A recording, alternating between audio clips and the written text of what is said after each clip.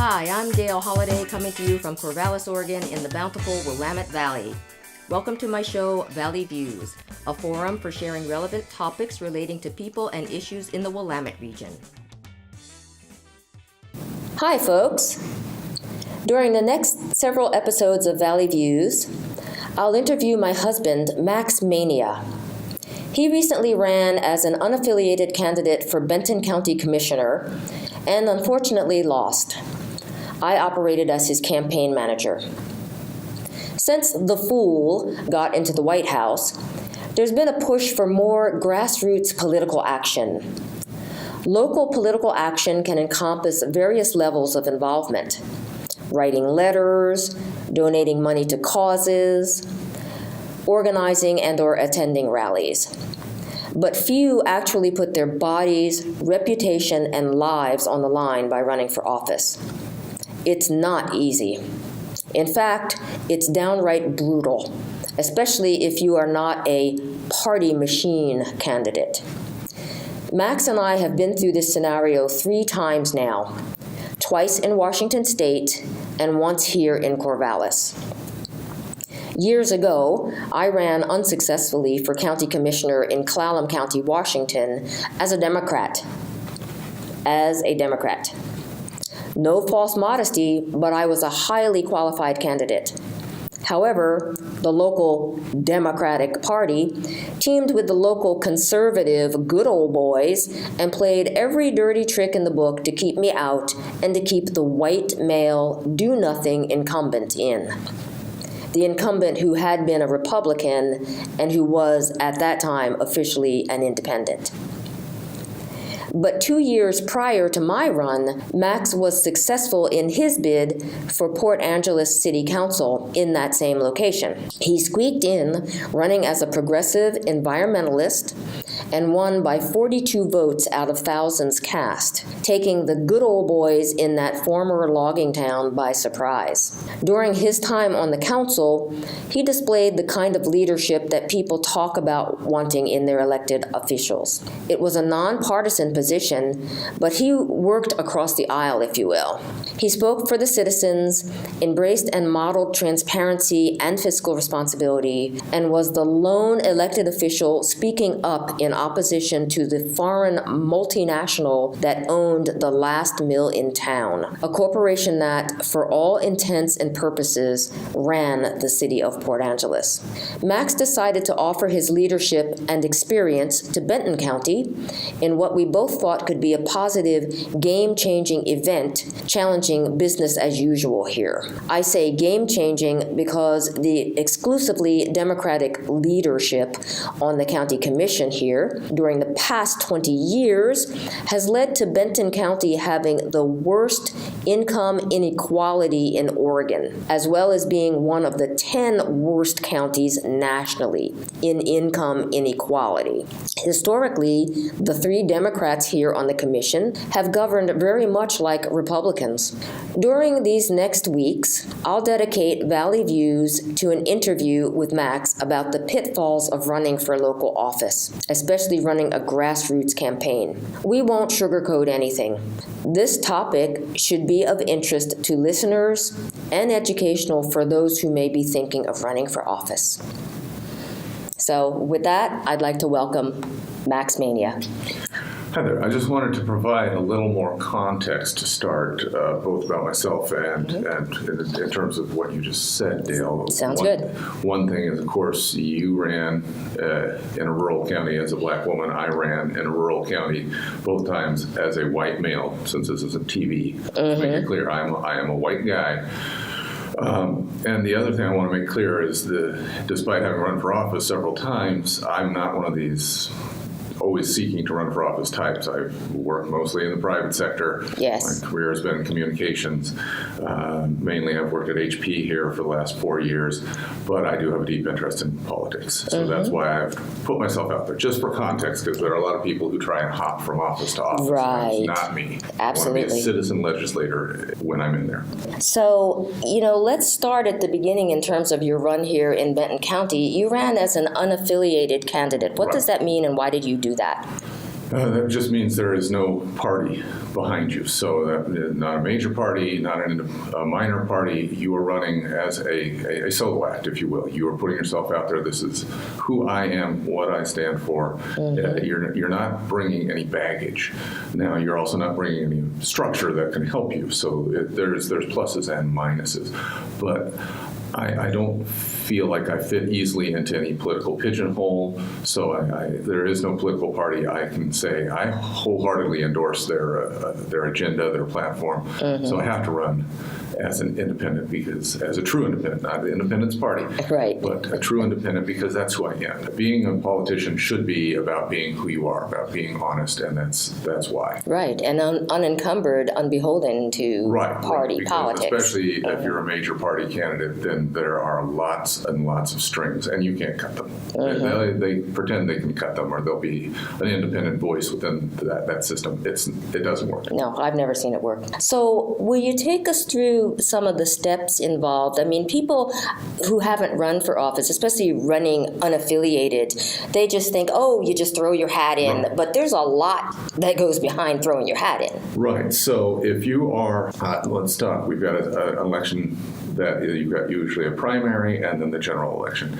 And the major party candidates will be in the primary to weed out whoever is going to run in the general. If you're a major party candidate, you, at least here in Benton County, you pay $50 and you're legit. That's it. Right. And when you say major party candidate? This last time around, it was the Independent Party, the Democrats, and the Republicans. Traditionally, it is just the Democrats and the Republicans. Right. So you pay your $50. You pay $50 and you're good to go. You fill out the couple forms and you're good to go. If you're a minor party candidate, it's different, because then you have to have a quote-unquote convention after the primary. After the primary, you cannot be in the primary. And so then your minor party has to nominate you. As an independent, since there is no party to nominate you, what you had to do here was collect signatures to get on the ballot. So we had to go out and collect hundreds and hundreds of signatures. It's 0.5% of the number of people who voted in the last general election. Right. So we had to collect around 500 signatures just to get on the ballot. Now, at the same time, because you're not an official candidate yet, you're forbidden to quote-unquote campaign. But the system forces you to go out and talk to people about your political aspirations, which sounds a lot like campaigning. So this is something where there's a lot of gray areas. But anyway, it's also a great way to get out and meet people and hear what people are concerned about. So we went out and got the 500 signatures and went forward.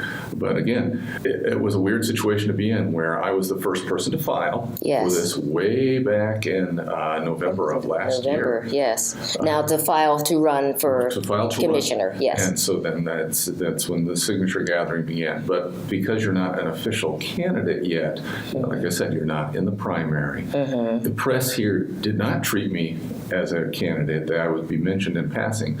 But when they would have these dirt digging articles about candidates, suddenly I was a real candidate, and my past was something that could be looked into. So again, pluses and minuses. So when you say the press here, you mean the Gazette Times? The Gazette Times, that's about it. Here in town, we don't have a TV station. There's not, there's a weekly paper, but that doesn't amount to much. Well, so those are a lot of steps, and it took from, say, November through, you gather the signatures, and you cannot turn them in until... You cannot turn them in until 2 weeks after the primary. Even if you finished them months before, you can't even turn them in to be verified. And then it takes a while for them to be verified. Once they are, then you are officially sanctioned to be a quote-unquote real candidate and go forth and campaign and raise money and do all the things that you're supposed to do as a candidate. Now, again, this is structurally something that gives the major parties a huge advantage. Absolutely. Because they can be out there. They're out there during the primary having debates, getting their name out there. They can advertise, campaign, be very public. Fundraise. Sure, absolutely, all that. But as an independent, you are forbidden. Like I say, you can't even turn your signatures in for verification until 2 weeks after the primary. Yes. Not even the day day after the primary, you have to wait 2 weeks. And then there's however long it takes them to verify those signatures and Yes. get back to you. So when you think about it in terms of building public awareness and public trust and all that, that's a huge advantage for the major political parties. That's not necessarily fair. But that's they're the ones that run the system. So of course the system is engineered to support their needs. And I just want to talk a little bit, just briefly, about the petition signing part of this, because, we've all seen people with clipboards and petitions and everything, but there was you needed to gather, it was almost 500 signatures. And we went over that just so you have the margin for error. But the structure, the criteria for these signatures are very stringent. Well, if you want to get to that. Yeah, just a little bit. Sure. You have to have the person's name printed and their signature, and you had to have them in the right spot. So if you signed where you were supposed to print or print where you're supposed to sign, that's a problem. You have to have their address where they were registered to vote. So if you have a house or an apartment you live in, but you have a P.O. box where you get your mail and that's where you register to vote, that's the address you needed. You had to have the city and the zip code, but not the state. The one thing they assumed is that we all lived in Oregon, but and that you had to watch people very carefully, because if someone made a mistake on the form, because each form had the spots for 10 people to sign, if someone made a mistake, did it incorrectly, the people who did it after them would almost invariably do it the same way. So if they signed first instead of printing, the people who came after them, so you had to do a lot of sort of shepherding of that. The date, the date had to be in 2-digit increments. So 02/02/18 or whatever it was. It could not be 02/02/2018 or 2/2/18. Yes, that would not count. 02/02/18. Or they would bounce it out. Absolutely, and I'm just bringing this out because we've all signed petitions and we've done it really quickly. But for this to be actually count, when you sign stuff for measure this and measure that, if you don't sign it right, they may not count. They may get thrown out. Right. So you could be very proactive, be out there and gather 1,000 signatures instead of 500 in this case. But if you weren't being really careful and watching, you still might not make it through on the first go around. If they bounced out 600 of them, well, you still had to go out and collect more. Absolutely. So this is this is not through ill intent on anyone's part. It's like so stringent. It's the law. So the system is. Yes, I just wanted to bring that up because this is hard work and very labor intensive. Spent a lot of time doing this. One of the things that I'd like to talk about in these today and in the next shows are the logistics of the actual running, forming the team, getting people together, and getting the support you need to run as any candidate, but especially as an unaffiliated candidate where you don't have a machine mechanism behind you to do a lot of this legwork. Right, and there's a lot of components of that. As you know, I planned this for a long time, did a lot of research ahead of time, and laid out a schedule, and that's why I was the first to file, because I'd already been thinking about it for a half a year, and I knew I would need that amount of time to do it right, especially as an independent candidate. You would need time to do it right, no matter who you are, but as someone who does not have that party apparatus, that built-in advantage, you have to take that time, and you have to have a plan, and I certainly did. That doesn't guarantee success, but without it, you can be assured you're not going to make it. Absolutely. And just as to reiterate, we, in full disclosure, you already know that Max and I are married, but I also served as his campaign manager, and so I know whereof I speak with all the hard work that went into this, the logistics involved, and the criteria we had to meet. So, with that, I know we're kind of running up against the end of our time here, but as I promised, I will bring Max back again next week, and we'll talk a little bit more about what it looks like to run a grassroots campaign, and especially as an unaffiliated candidate. So I look forward to having you back again next week, Max. Thanks for having me, and we'll see you all next week, folks. Okay. Take care.